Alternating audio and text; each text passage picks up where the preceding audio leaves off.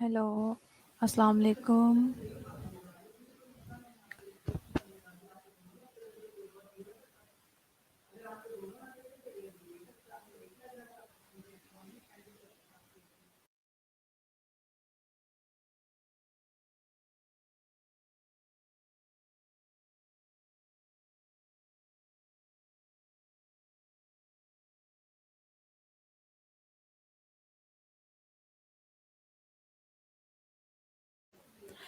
वालेकुम अस्सलाम, Khushnaseeba and Roheel. Still 6 students are here. जल्दी जल्दी से ज्वाइन कर लीजिए ताकि हम लेक्चर स्टार्ट करें अपना।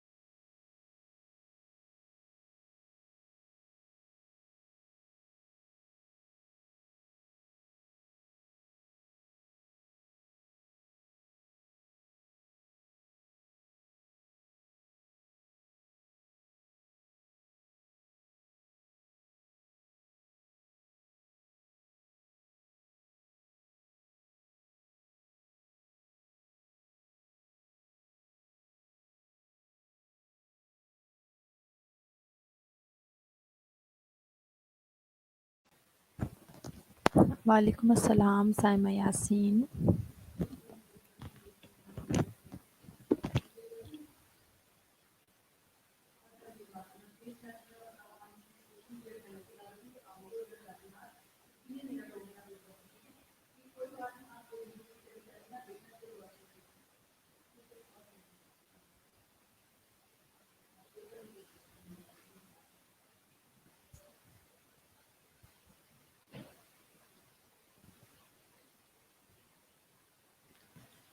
Only 9 students are here. Communicate करें बाकी स्टूडेंट्स को भी क्लास ज्वाइन कर लें। I will wait just 2 to 3 minutes more, फिर मैं स्टार्ट कर दूंगी। ठीक है जी, तो आप कम्युनिकेट कर लें। अब भी आवाज़ नहीं आ रही खुशनसीबा?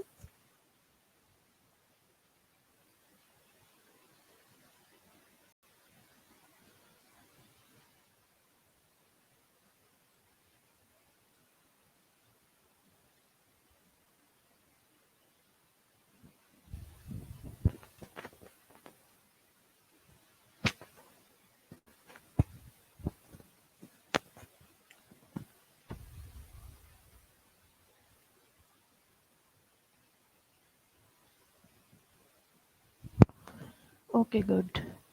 तो किसी को याद है लास्ट लेक्चर में क्या हमने पढ़ा था? थोड़ा सा जो है रिवाइज कर लेते हैं, समराइज कर लेते हैं चीज़ों को, जब तक आपके बाकी क्लास फेलोज भी मीनवाइल ज्वाइन कर लेंगे। फिर हम आगे कंटिन्यू कर लेते हैं। किसी को याद है? कुछ शेयर करना पसंद करेंगे?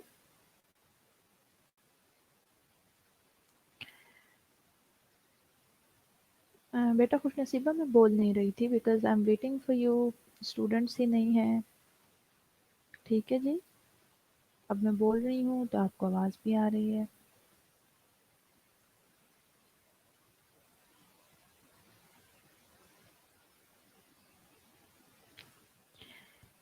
कम्युनिटी हेल्थ नर्सिंग में हम यूनिट 1 पढ़ रहे हैं, introduction to community health nursing. इसमें ऑब्जेक्टिव्स हमने पढ़े थे, उसके बाद कम्युनिटी की डेफिनेशन हम पढ़ चुके हैं।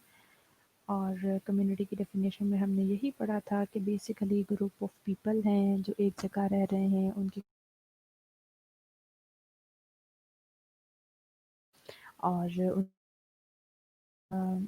सेंस ऑफ बिलोंगिंगनेस और सेंस ऑफ यूनिटी, तो उन्हें हम कम्युनिटी कहते हैं। उसके बाद हमने कम्युनिटी हेल्थ की डेफिनेशन पढ़ी थी कि कम्युनिटी हेल्थ बेसिकली एक डिसिप्लिन है जिसका कंसर्न ये होता है कि हम हेल्थ जो हमारी कम्युनिटी है उसकी हेल्थ को किस तरह से इम्प्रूव कर सकते हैं। और फिर हम कम्युनिटीज़ को डिवाइड करना शुरू करते हैं उनके जोग्राफिकल एरिया के थ्रू, और फिर उनके जोग्राफिकल एरिया के ऊपर फोकस करके हम कम्युनिटी हेल्थ के ऊपर काम करते हैं। फिर हमने पढ़ा था कि प्राइमरी, सेकेंडरी और टर्शरी हेल्थ केयर सर्विसेज होती हैं जो हम किसी भी कम्युनिटी में प्रोवाइड करते हैं। ठीक है जी। और उसके बाद कम्युनिटी हेल्थ के जो कॉन्सेप्ट्स हैं, ये हमने पढ़ा था कि सिर्फ और सिर्फ फिज़िकल हेल्थ से कंसर्न नहीं है कम्युनिटी हेल्थ। हम जो फिज़िकल हेल्थ उनकी जो जिस कम्युनिटी की हम बात कर रहे हैं उनकी इकोनॉमिक कंडीशन किस किस्म की है, उनका सोशल स्टेटस कैसा है, उनके इर्द गिर्द का इन्वायरमेंट कैसा है, उनकी स्पिरिचुअल हेल्थ कैसी है, इन सारी चीज़ों को भी हम डिस्कस करते हैं साथ साथ। उसके बाद हमने पब्लिक हेल्थ को पढ़ना शुरू किया था। पब्लिक हेल्थ की डेफिनेशन पढ़ी थी। पब्लिक हेल्थ की सिंपल यही डेफिनेशन थी कि हमने पब्लिक हेल्थ भी ऑब्वियसली एक डिसिप्लिन है, उसमें वो तमाम मेजर्स आते हैं जो प्रिवेंट करेंगे डिजीज़ को, हेल्थ को प्रमोट करेंगे, लाइफ को प्रोलॉन्ग करेंगे, पॉपुलेशन एज अ होल यानी पूरी पॉपुलेशन के लिए। अब वो जो मेजर्स होते हैं वो प्राइवेट भी हो सकते हैं, प्राइवेट सेक्टर वाले भी कर सकते हैं और गवर्नमेंट की तरफ से भी हो सकते हैं, बट इंटायर फोकस हमारा पूरी पॉपुलेशन के ऊपर होता है। और इसमें हमने पब्लिक हेल्थ में वो तमाम मेजर्स करने होते हैं जिससे हम डिजीज़ को प्रिवेंट कर सकें, हेल्थ को प्रमोट कर सकें और लाइफ को प्रोलॉन्ग कर सकें पॉपुलेशन की as a whole. This is called public health. फिर हमने ये विंस्लॉ की डेफिनेशन पढ़ी थी पब्लिक हेल्थ की कि ऑब्वियसली वही चीज़ें, preventing disease, prolonging life and promoting physical and mental health and efficiency. But हमने इसमें एफर्ट्स पढ़ी थी कि कौन कौन सी एफर्ट्स हैं जो कि एक कम्युनिटी को ऑर्गेनाइज्ड होके करनी पड़ेंगी। ठीक है, ऐसे इंडिविजुअल एफर्ट्स करने से कुछ भी नहीं होगा। उसमें हमने पढ़ा था कि वाटर की सैनिटेशन ज़रूरी है, मेडिकल और नर्सिंग सर्विसेज को ऑर्गेनाइज्ड वे में प्रोवाइड करना according to the requirement of the community. And हमने सोशल मशीनरी इस तरह की बनानी है, इस तरह की सोशल मशीनरी डेवलप करनी है कि कोई भी इंडिविजुअल जो है कम्युनिटी के अंदर वो उसकी जो लिविंग है वो अच्छी स्टैंडर्ड लिविंग हो सके और उसको हेल्थ की मेंटेनेंस के लिए एडिक्वेट फैसिलिटीज़ प्रोवाइड की जा सके। फिर हमने ये कुछ हेल्थ फिजिशियंस के जो डिफरेंट प्रोफेसर्स हैं उनको लिस्ट डाउन किया था। एंड ये भी कम्युनिटी हेल्थ से रिलेटेड था। फिर हमने कम्युनिटी हेल्थ नर्सिंग की जो है डेफिनेशन पढ़ी थी। कम्युनिटी हेल्थ नर्सिंग सिंपल ये था that it's we have to assist the individual, family and community, यानी हमने तीनों को फोकस किया। हमने इंडिविजुअल को असिस्ट करना है, हमने फैमिली को असिस्ट करना है और कम्युनिटी को असिस्ट करना है। तीनों को असिस्ट करना है किस चीज़ के लिए कि हम अपनी जो होलिस्टिक हेल्थ है यानी होल हेल्थ है उसको एक हाईएस्ट लेवल तक पहुंचा सकें। यानी ऑब्वियसली अगर एक इंडिविजुअल की हेल्थ अच्छी होगी तो इंडिविजुअल बेसिस पे हम सबको कंबाइन करें तो फैमिली की हेल्थ भी अच्छी होगी, अगर फैमिली की हेल्थ अच्छी होगी तो ऑब्वियसली ओवरऑल पूरी कम्युनिटी की हेल्थ अच्छी होगी।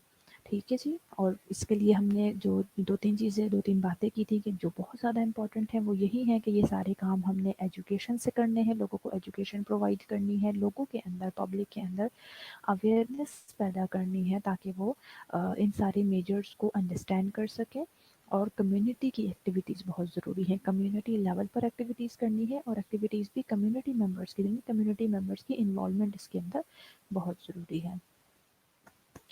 फिर हमने ऑब्जेक्टिव्स पढ़े थे कि कम्युनिटी हेल्थ नर्सिंग के ऑब्जेक्टिव्स क्या थे। जल्दी से शॉर्ट शॉर्ट समराइज़ कर लेते हैं बिकॉज़ हम पढ़ चुके हैं।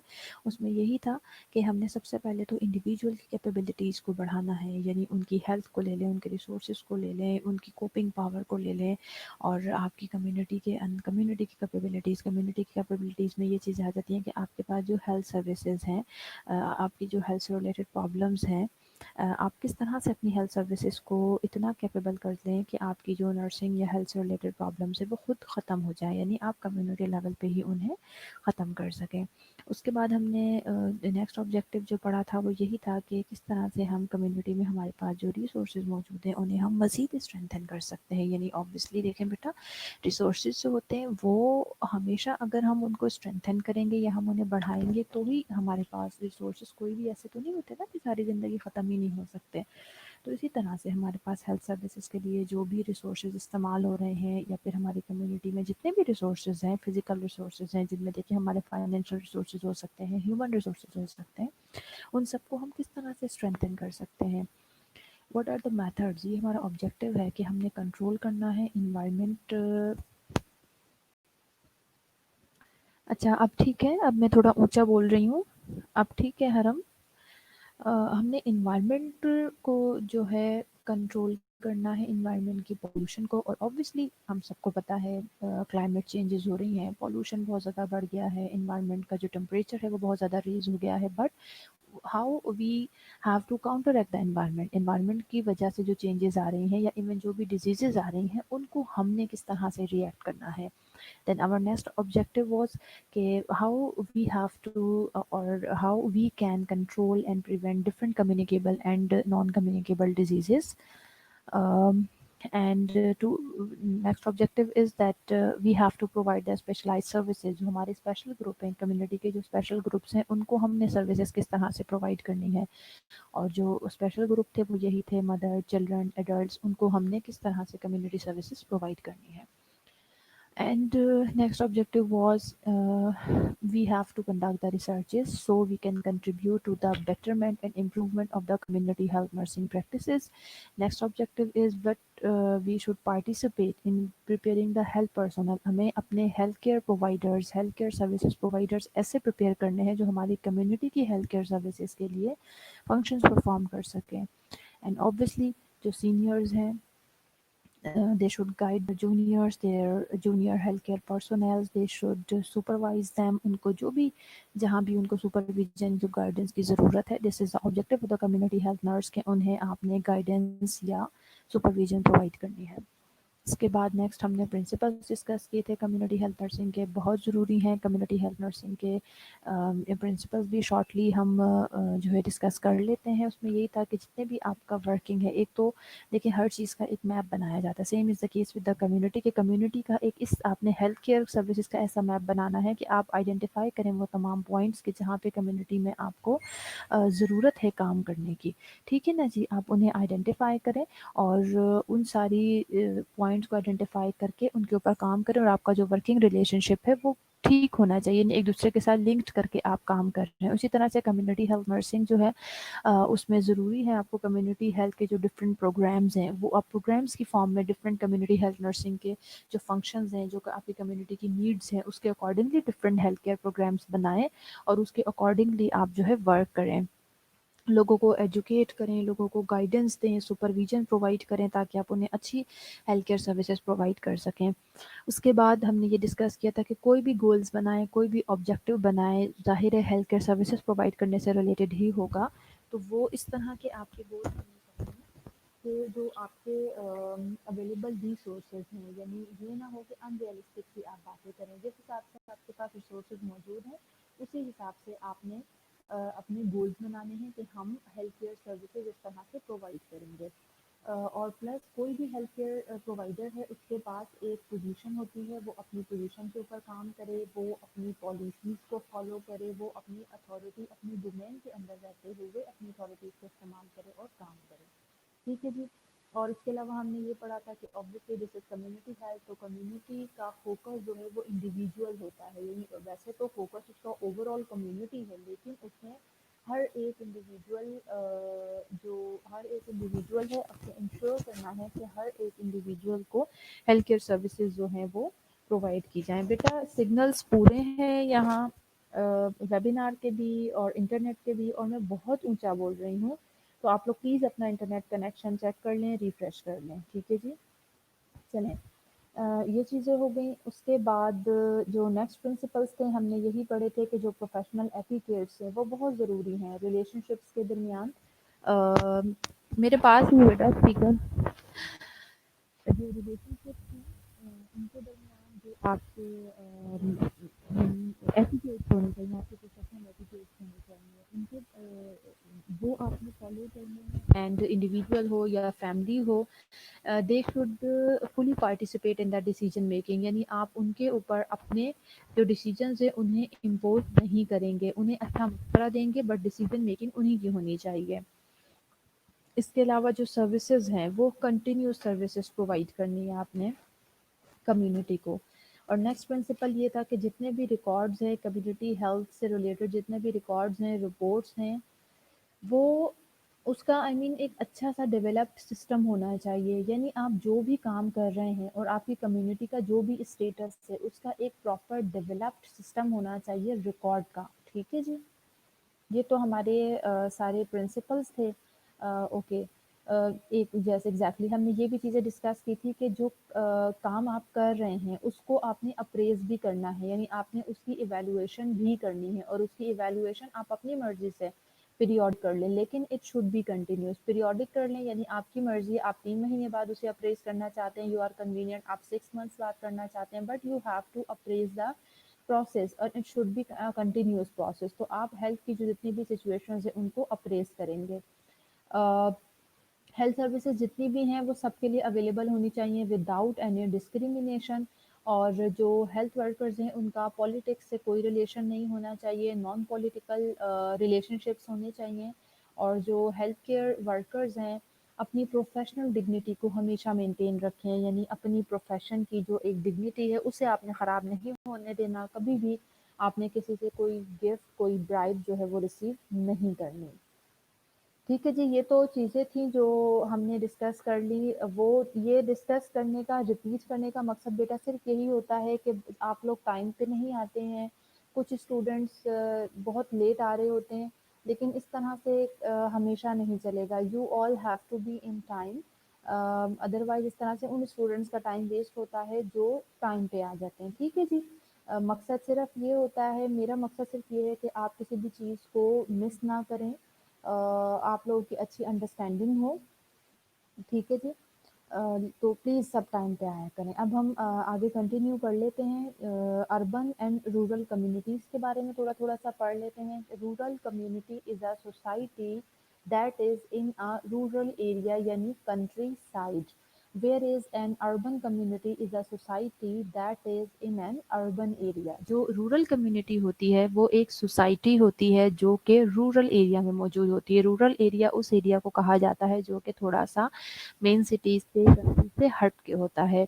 इसी तरह से अर्बन कम्युनिटी वो सोसाइटीज होती हैं जो कि एक मेन टाउन में या सिटीज के अंदर मौजूद होती हैं। ठीक है जी, they are called urban urban community.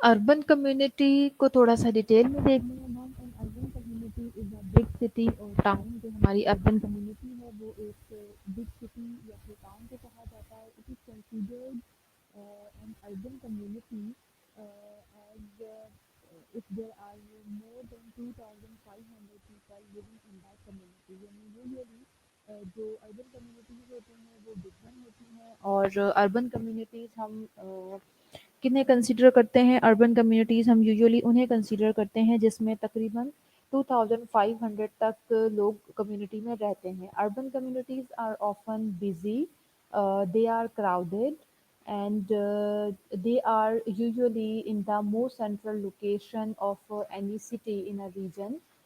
It is also referred to as downtown.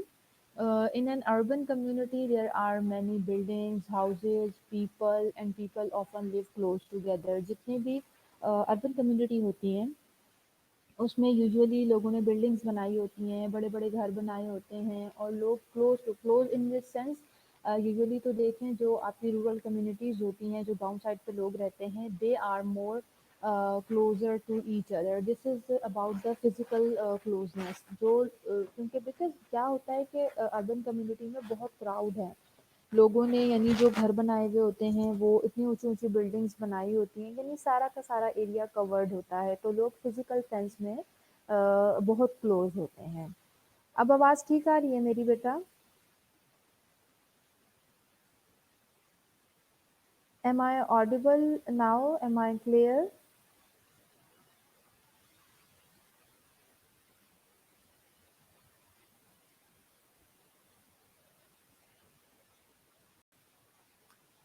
चलें जी, rural community an area outside of cities and towns, यानी वो एरिया जो मेन सिटीज़ से थोड़ा आउटसाइड जाकर होता है, टाउन से थोड़ा आउटसाइड जाकर होता है, उसे हम रूरल कम्युनिटी कहते हैं। According to the US census bureau, rural community is one that does not qualify as an urban community, specifically if a territory has more than 2,500 people per square mile, it is defined as urban। जैसे हमने बताया था कि एक square mile में अगर 2,500 लोग रह रहे हैं या उससे ज़्यादा लोग रह रहे हैं तो obviously that would be urban community. So यही क्राइटेरिया यहाँ पर है कि अगर 2,500 पीपल से कम लोग यहाँ पर रह रहे हैं किसी एक टेरिटरी में पर स्क्वायर माइल के ऊपर, तो that would be rural community. और ऑब्वियसली अगर मोर देन 2,500 होंगे तो they would be called urban communities. Areas with less than 2,500 would then be considered as rural community. ये एग्जांपल्स वैसे ही पिक्चोरल थोड़ी सी। चलें जी, ये भी आप पढ़ चुके हैं, बहुत इंपॉर्टेंट है, लेकिन ये चीज़ें आपको पता होनी चाहिए। हेल्थ, हेल्थ की क्या डेफिनेशन है? डब्ल्यूएचओ ने, वर्ल्ड हेल्थ ऑर्गेनाइजेशन ने हेल्थ की क्या डेफिनेशन दी है? Health is basically a state of complete physical, mental and social wellbeing and not merely the absence of disease और इंफर्मिटी। हेल्थ क्या है? डब्ल्यूएचओ, वर्ल्ड हेल्थ ऑर्गेनाइजेशन ने ये हमें बताया है कि हेल्थ जो है एक स्टेट है, सबसे पहले तो एक हालत है, ठीक है जी, of complete physical, mental and social wellbeing. Wellbeing किस चीज़ को कहते हैं बेटा? मतलब ये बिल्कुल आपकी पर्सनल फीलिंग्स होती हैं, like you are feeling well, this is called wellbeing. तो हेल्थ जो है वो सिर्फ और सिर्फ फिजिकल हेल्थ नहीं होती है, सिर्फ और सिर्फ फिजिकली यू आर वेल तो you can not say that you are healthy. WHO, world health organisation, ये कहती है when you are physically, mentally and socially well, this is called health। And not, and second thing is not merely the absence of disease or infirmity, यानी ज़रूरी नहीं है कि कोई disease ही नहीं हो, यानी किसी डिजीज़ का एब्सेंस होना ही हम उसे कहें कि जी ये हेल्थ। सो हेल्थ जो है physical, mental and social well being, हर किस्म के आपके जो हेल्थ के एस्पेक्ट हैं उन्हें फुलफिल करना, उन्हें वेल बीइंग होना, उनका वेल बीइंग होना इज कॉल्ड हेल्थ। ठीक है जी, यहाँ तक किसी को कोई क्वेरी है? चीज़ें क्लियर हो रही हैं? आवाज़ मेरी अब क्लियर है? कोई इशू है किसी को तो अभी बता दें, हम फिर आगे चलते हैं। ये हेल्थ की डेफिनेशन सबको समझ आ गई कि फिजिकल, मेंटल और सोशल वेलबींग होनी चाहिए आपकी, एंड नॉट मेयरली का मतलब होता है ना सिर्फ, यानी सिर्फ और सिर्फ अगर किसी शख्स को कोई बीमारी नहीं है, इन्फर्मिटी कहते हैं किसी भी किस्म की, कह सकते हैं एबनॉर्मेलिटी या हैंडीकैप्ड होना। तो अगर कोई शख्स बीमार होगा या फिर उसको कोई इन्फर्मिटी होगी तो ही हम उसे, सॉरी आई मीन अगर किसी शख्स को कोई बीमारी नहीं है, कोई इन्फर्मिटी नहीं है तो ही हम उसे कहेंगे that he is healthy? No, बल्कि हमें उसकी फिजिकल, मेंटल और सोशल वेलबींग तीनों चीज़ों को देखना है। अगर वो फिजिकली, मेंटली और सोशली वेल है फिर उस स्टेट को हम कहते हैं दैट ही और शी इज हेल्दी। इसी तरह से इलनेस की डेफिनेशन भी हमें पता होनी चाहिए। अ हाईली पर्सनल स्टेट, देखें इस वर्ड को अंडरस्टैंड करने की कोशिश करें कि इलनेस इज नॉट लाइक कि अगर कोई शख्स बीमार है या अगर किसी शख्स को कोई डिजीज नहीं है। No, this is personal state, यानी आपकी अपनी ज़ाती फीलिंग्स क्या है, in which the person feels unhealthy may और may not related to disease, यानी इलनेस का ताल्लुक डिजीज से हो भी सकता है और नहीं भी हो सकता। फॉर एग्जाम्पल देखिए, डिजीजेस तो नाम है ना। अगर एक शख्स है वो बहुत ज़्यादा फटीग महसूस कर रहा है, so tell me, is fatigue a disease? Is fatigue comes under medical diagnosis? Yeah, it might come under nursing diagnosis. I know this comes under NANDA list, but is this a medical diagnosis? Anyone tell me? Can anyone tell me?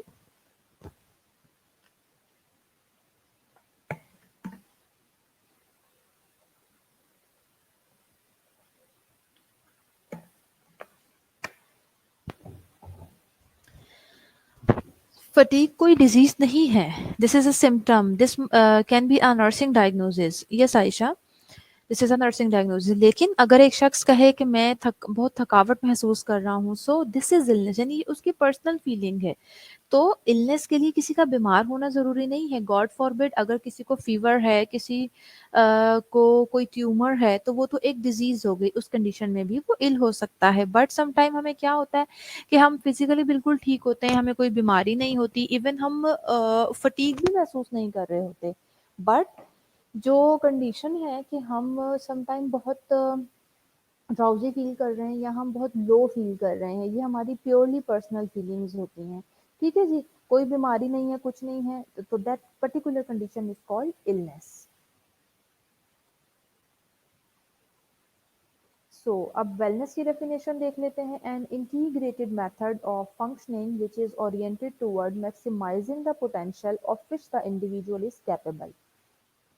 सबसे पहली चीज integrated method. Integrated method का मतलब कि interconnection है कुछ ना कुछ, यानी बॉडी की जो फंक्शनिंग है, यानी wellness is basically a integrated method of functioning of the body, जिसका मकसद क्या होता है, जिसकी ओरिएंटेशन क्या होती है कि हमने मैक्सिमाइज करना है पोटेंशियल को किसी भी इंडिविजुअल के जिसके लिए वो कैपेबल है.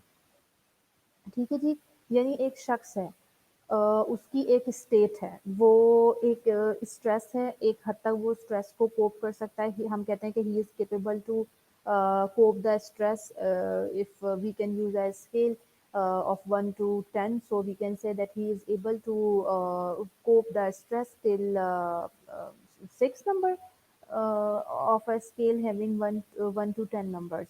So इसी तरह से कोई डिजीजेस हो सकती हैं बेटा. डिजीजेस में देखें, हर एक की इम्यूनिटी अलग अलग किस्म की होती है, डिफरेंट इम्यूनिटी होती है. अपनी इम्यूनिटी के अकॉर्डिंग हम जो है वो डिफरेंट डिजीजेस के साथ फाइट कर लेते हैं. So this is our capability. So simple wellness का ये मतलब होता है कि कितना हम कैपेबल हैं, सबसे पहले तो कि हम कितना ज़्यादा चीज़ों के साथ कोप कर सकते हैं, हम कितना ज़्यादा चीज़ों के साथ फाइट कर सकते हैं. और ये फिर हमारा मकसद होता है कि हम मज़ीद इसको, यानी इंडिविजुअल का जो एक पोटेंशियल है कि वो कितना कैपेबल है, उसको हम मैक्सिमाइज़ करें. और second definition is it is an active process by which an individual progresses towards the maximum potential possible regardless of current state of health. देखिए, जिसको हम एक विल पावर भी कहते हैं ना, ये वो चीज़ है. यानी किसी शख्स को बेशक कोई भी उसकी करंट स्टेट है हेल्थ की, वो बीमार है, या आपने देखा होगा कि बड़ी-बड़ी बीमारियों के साथ भी लोग बड़े हेल्दी जो है ना प्रिटेंड कर रहे होते हैं, उनकी लाइफ़स्टाइल बड़ा हेल्दी सा होता है. क्यों? ये सबकी उनकी वेलनेस के अंदर आता है. ये बेसिकली एक एक्टिव प्रोसेस है जिसमें इंडिविजुअल जो है वो प्रोग्रेस करते हैं टुवर्ड्स देयर मैक्सिमम पोटेंशियल. अगर आपको याद हो, आप लोगों ने जब नर्सिंग की होगी तो उसमें आपने फंडामेंटल ऑफ नर्सिंग में हेल्थ वेलनेस कॉन्टिनम पढ़ा होगा.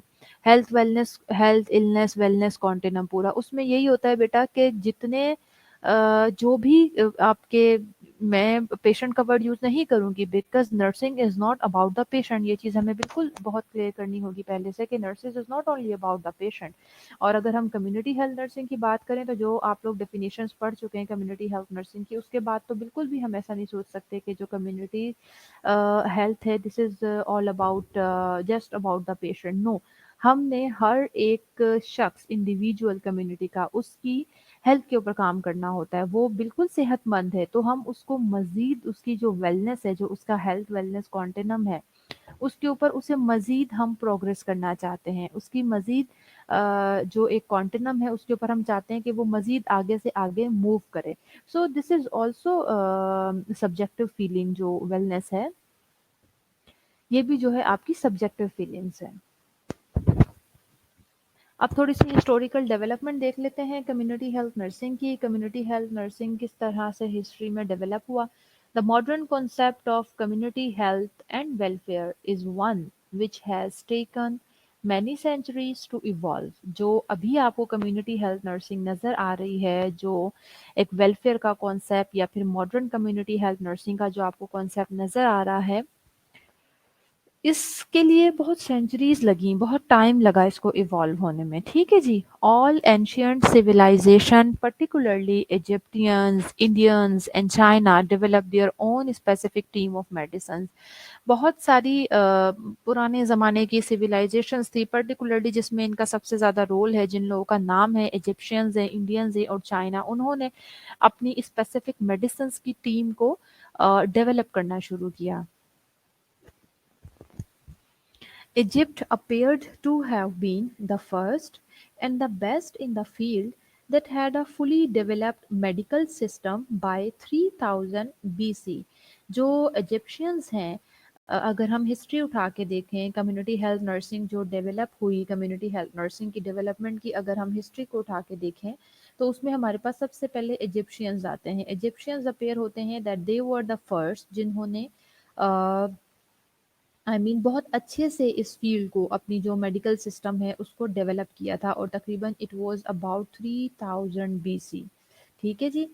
एंड नेक्स्ट आ जाते हैं Chinese. China appeared around 450 BC. And after that Indian systems आ जाते हैं। Indian system of medicine it was around 200 BC.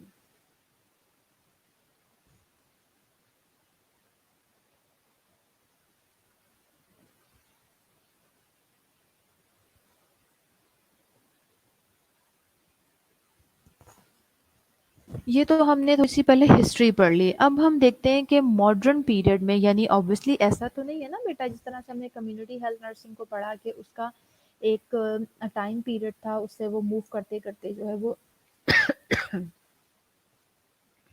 Sorry,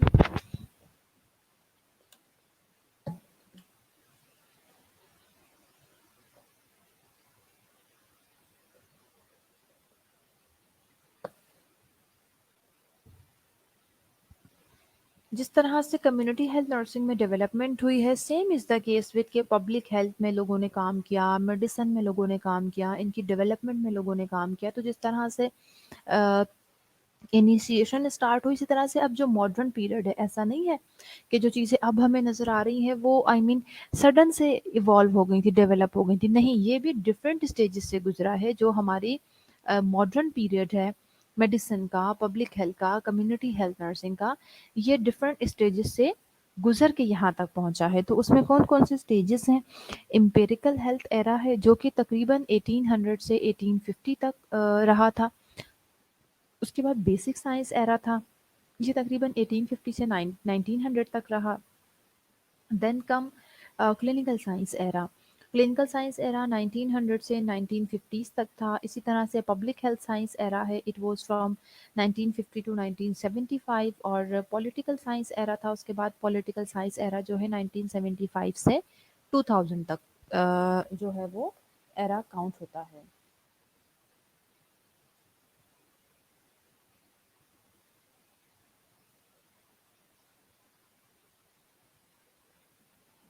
अच्छा जी, अब हम इन तमाम एराज़ को जो हैं बहुत ज़्यादा डिटेल में तो हमें जाने की ज़रूरत नहीं है, लेकिन हम इन तमाम एराज़ को थोड़ा-थोड़ा सा ज़रूर देख लेंगे, ठीक है जी?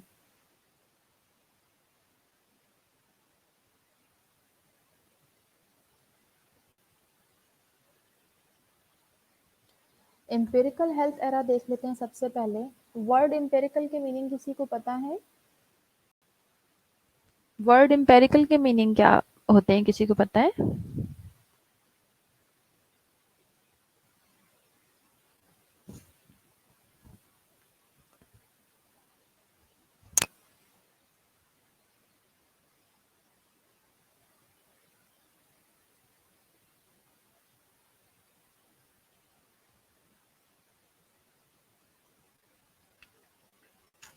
Practical experimental, yes exactly. Science के लिए हम ये वर्ड यूज करते हैं ना बेटा, ये सेम उसी तरह से कि जो एक्सपेरिमेंट करके हम चीज़ों को सीख रहे होते हैं, that comes under empirical knowledge.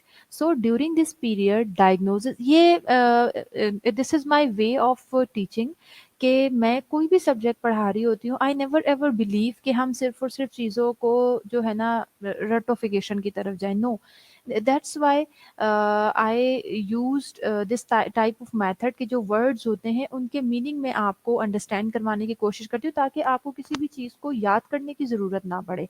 आप उस वर्ड को देखें और आपके माइंड में फ़ौरन से वो चीज़ें आ जाएँ। तो आप भी प्लीज़ जब पढ़ा रही होती हों उस टाइम पे अंडरस्टैंड किया करें, और जब अगर बाद में भी आप उन चीज़ों को उसी तरह से याद किया करें, तो आप कभी भी नहीं भूलेंगे।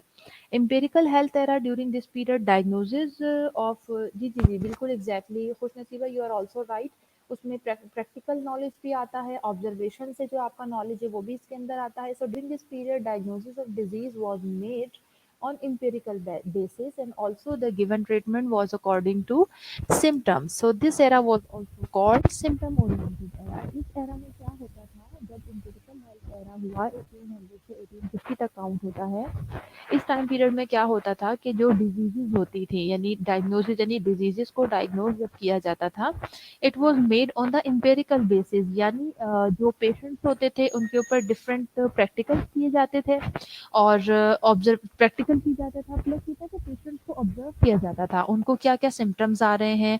फिर उस टाइम ऑब्वियसली डिजीजेस को नाम दिया जाता था, तो उन सिम्टम्स को रिलेट करके दैट वाज द पीरियड कि जब सारी चीज़ें basically were basin upon the observation and practicality, और जो पेशेंट के सिम्टम्स होते थे उसके अकॉर्डिंगली उन्हें ट्रीट किया जाता था, उन्हें ट्रीटमेंट प्रोवाइड की जाती थी। That's why this era was also called as symptom oriented era.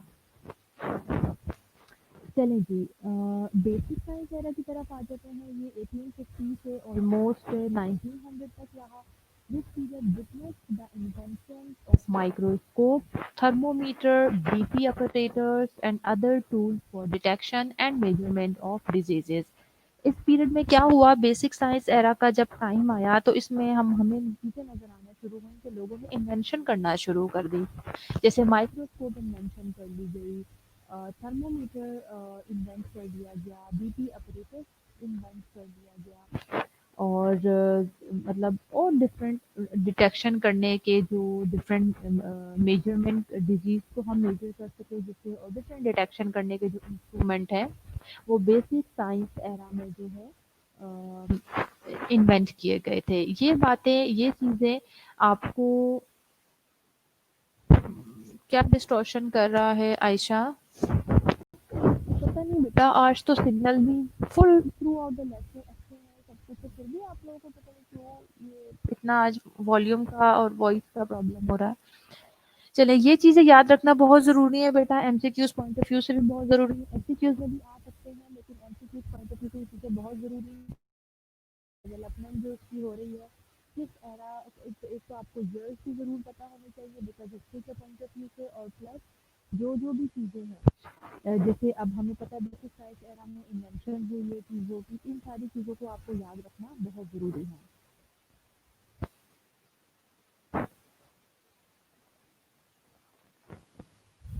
मैं तो कहीं दूर नहीं जा रही आयशा, एक ही जगह स्टक होके बैठी हुई हूँ। माउस मैं आप लोगों के लिए हैंड्स की यूज़ करती हूँ ताकि आवाज़ अच्छे से जा सके।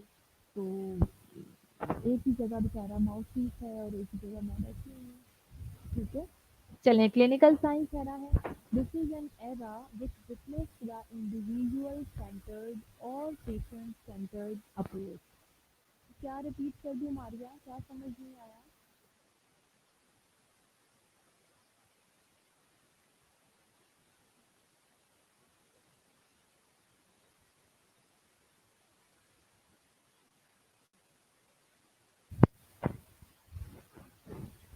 बेसिक साइंस एरा पढ़ाया है मैंने मारिया।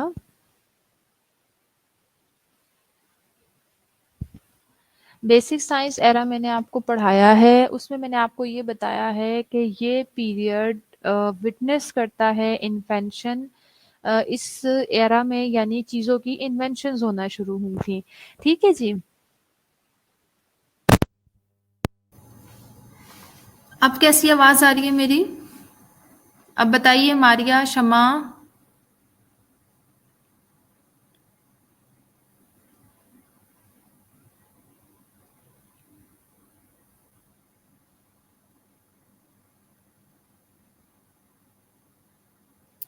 ओके।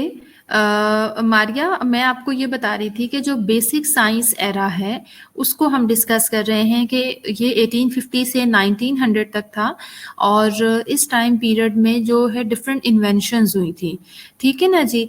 माइक्रोस्कोप की इन्वेंशन हुई थी, थर्मोमीटर की इन्वेंशन हुई, बीपी अपरेटस की इन्वेंशन हुई और दूसरे बहुत सारे टूल्स और बहुत सारी चीज़ें जो डिजीज़ेस की डायग्नोसिस के लिए, चीज़ों की मेजरमेंट के लिए इस्तेमाल किए जाते हैं। तो ये सारी चीज़ें इस एरा में, यानी इन्वेंशन का एरा भी हम इसे कह सकते हैं। नेक्स्ट जो है that is clinical science era. Clinical science era जो है, this is an era which witness the individual centred और पेशेंट सेंटर्ड एरा। इसको जो क्लिनिकल साइंस एरा है इसे हम पेशेंट सेंटर्ड एरा भी कहते हैं और इंडिविजुअल सेंटर्ड एरा भी कहते हैं for taking care of health and illness of the people. क्योंकि इस एरा में क्या चीज़ नई स्टार्ट हुई थी, वो ये चीज़ नई स्टार्ट हुई थी कि जो भी इंडिविजुअल पेशेंट होता था उसको, यानी जो आजकल हम करते हैं ना बेटा, इंडिविजुअल हम नर्सिंग केयर प्लान्स बनाते हैं, हर पेशेंट के लिए इंडिविजुअल नर्सिंग केयर प्लान बनाते हैं, ये उसका स्टार्ट था कि हर एक पेशेंट को इंडिविजुअली उसकी नीड्स को आइडेंटिफाई करना शुरू किया था और आइडेंटिफाई करने के साथ साथ हमने उनकी नीड्स को फुलफिल करना स्टार्ट किया इस एरा में। यानी हम पेशेंट सेंटर्ड हो गए, इंडिविजुअल पेशेंट सेंटर्ड हो गए। Clinical instructions and bed side teaching started in the field of medical education. इसी एरा में क्लिनिकल इंस्ट्रक्टर्स जो होते हैं, यानी क्लिनिकल साइट पे जाके टीचिंग स्टार्ट करना, ये बेड साइड टीचिंग जो होती है, जो पेशेंट्स को बेड साइड टीचिंग दी जाती है, ये स्टार्ट हुई थी। The development of clinical techniques was initiated in medical science and technologies. इसके अलावा जो क्लिनिकल टीचिंग्स हैं, क्लिनिकल टेक्निक्स हैं, यानी किसी भी प्रोसीजर को परफॉर्म करने के लिए, आपको पता है ना, स्किल्स को परफॉर्म करने के लिए डिफरेंट स्टेप्स होते हैं, हर चीज़ की हम चेकलिस्ट बनाते हैं, वो इस चीज़ का भी इस एरा में, क्लिनिकल साइंस एरा में इसका भी आगाज़ हुआ था, इसको भी इनिशिएट किया गया था कि डिफरेंट मेडिकल टेक्नोलॉजीज इस्तेमाल करना शुरू की गई और क्लिनिकल टेक्निक्स यूज़ की। चलिए 45 मिनट्स हो गए हैं लेक्चर के, तो पहले अटेंडेंस मार्क कर लेते हैं क्योंकि फिर अटेंडेंस एंड में बहुत इशू हो जाता है अटेंडेंस का। फिर अगर टाइम हुआ तो हम, आप कहेंगे तो मैं इसे समराइज कर दूंगी, या आगे पढ़ना चाहेंगे तो हम मजीद आगे पढ़ लेंगे। अभी you all are requested please अपने नाम के साथ रोल नंबर लिखें। रोल नंबर लिख के मुझे आप अटेंडेंस मार्क करवाइए। एंड प्लीज़ सिर्फ एक बार अपना रोल नंबर लिखिएगा एंड बी श्योर कि आपकी अटेंडेंस मार्क हो जाएगी। ठीक है जी?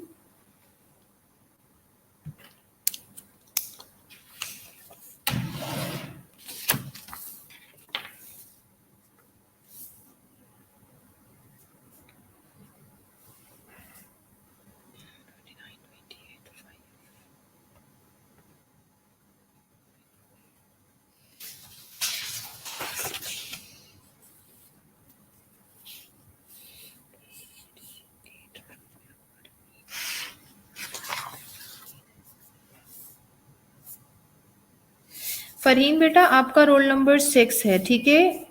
करेक्ट कर लें, रोल नंबर 6 है, अब याद रखिएगा, फरहीन शकील। और मेमूना 21 पे नहीं है, 21 पे मरियम सहर है। रोल नंबर 21 पे मरियम सहर है, 22 मेमूना का रोल नंबर है, ठीक है? जिसको रोल नंबर बता रही हूँ, अब याद रखें, नेक्स्ट टाइम सही रोल नंबर लिखना है। अच्छा जी, 36 पे शमा जी, ठीक है, शमा आपकी भी अटेंडेंस हो गई। 37 पे शमीम तालिब, ओके, आपकी भी अटेंडेंस हो गई बेटा। और मारिया गुलाम प्रेजेंट हैं, roll number 16 Maria Ghulam, okay जी। Then roll number 10 Fatima, Ghulam Fatima, okay.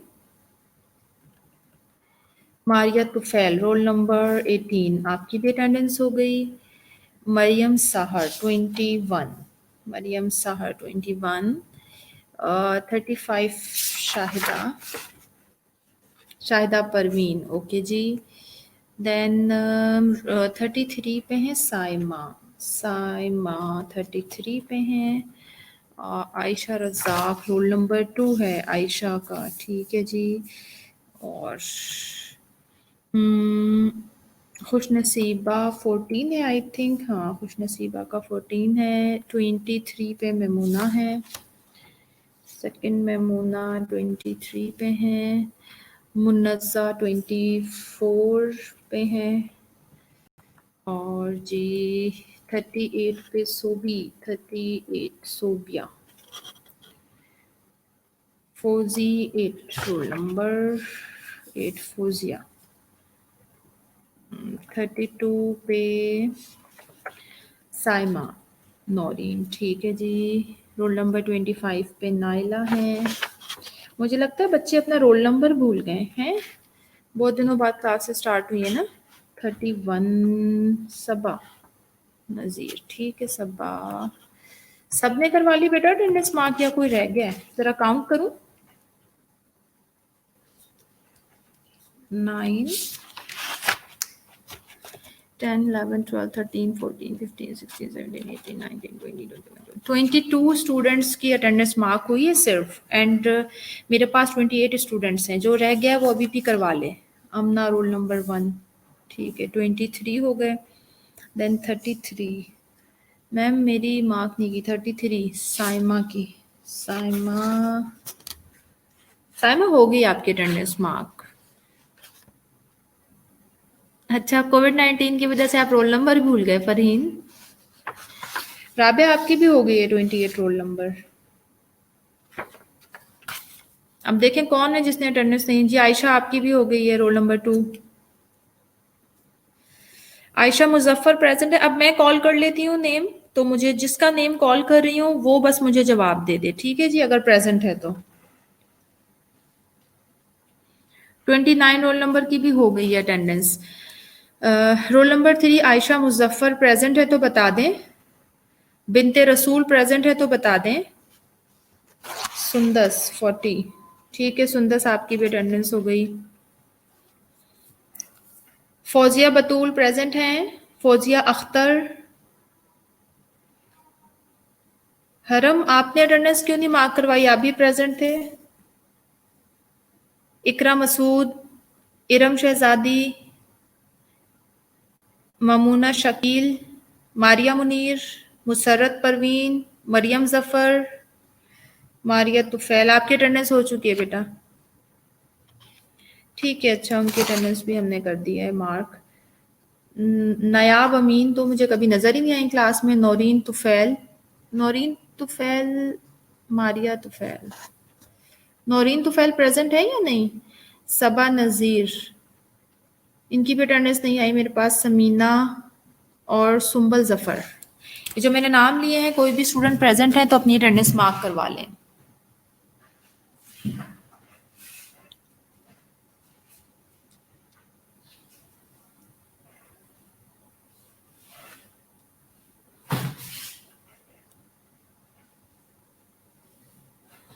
अच्छा जी, मुबारक हो फिर।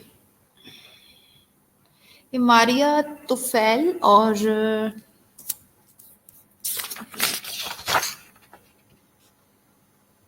नौरीन तुफैल सिस्टर्स हैं क्या।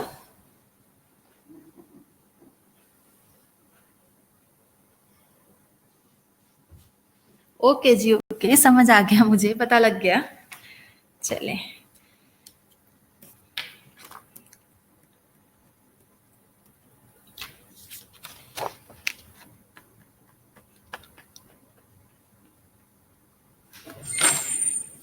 ट्वेल्व प्रेजेंट है। अच्छा जी 12 रोल नंबर इकरा।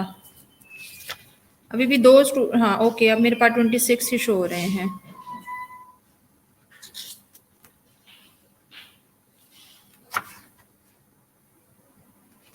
सुंबल जफर, आप लोग एक साथ क्लास अटेंड करते हैं बेटा, तो फिर अटेंडेंस मार्क करवाया करें ना। चलें जी, अटेंडेंस भी हो गई है अल्हम्दुलिल्लाह, लेक्चर भी हो गया। ओके कोई बात नहीं, मैंने अटेंडेंस मार्क कर दी है। मरियम, किसी की कोई क्वेरी है आज के लेक्चर से रिलेटेड, कोई बात समझ ना आई हो तो मुझसे पूछ लें।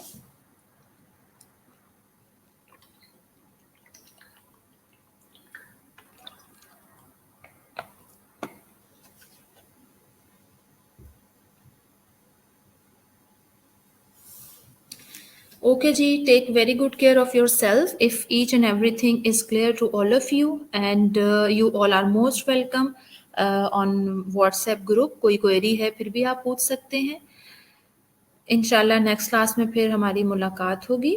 Take very good care of your self, your families. Take care and Allah हाफिज़।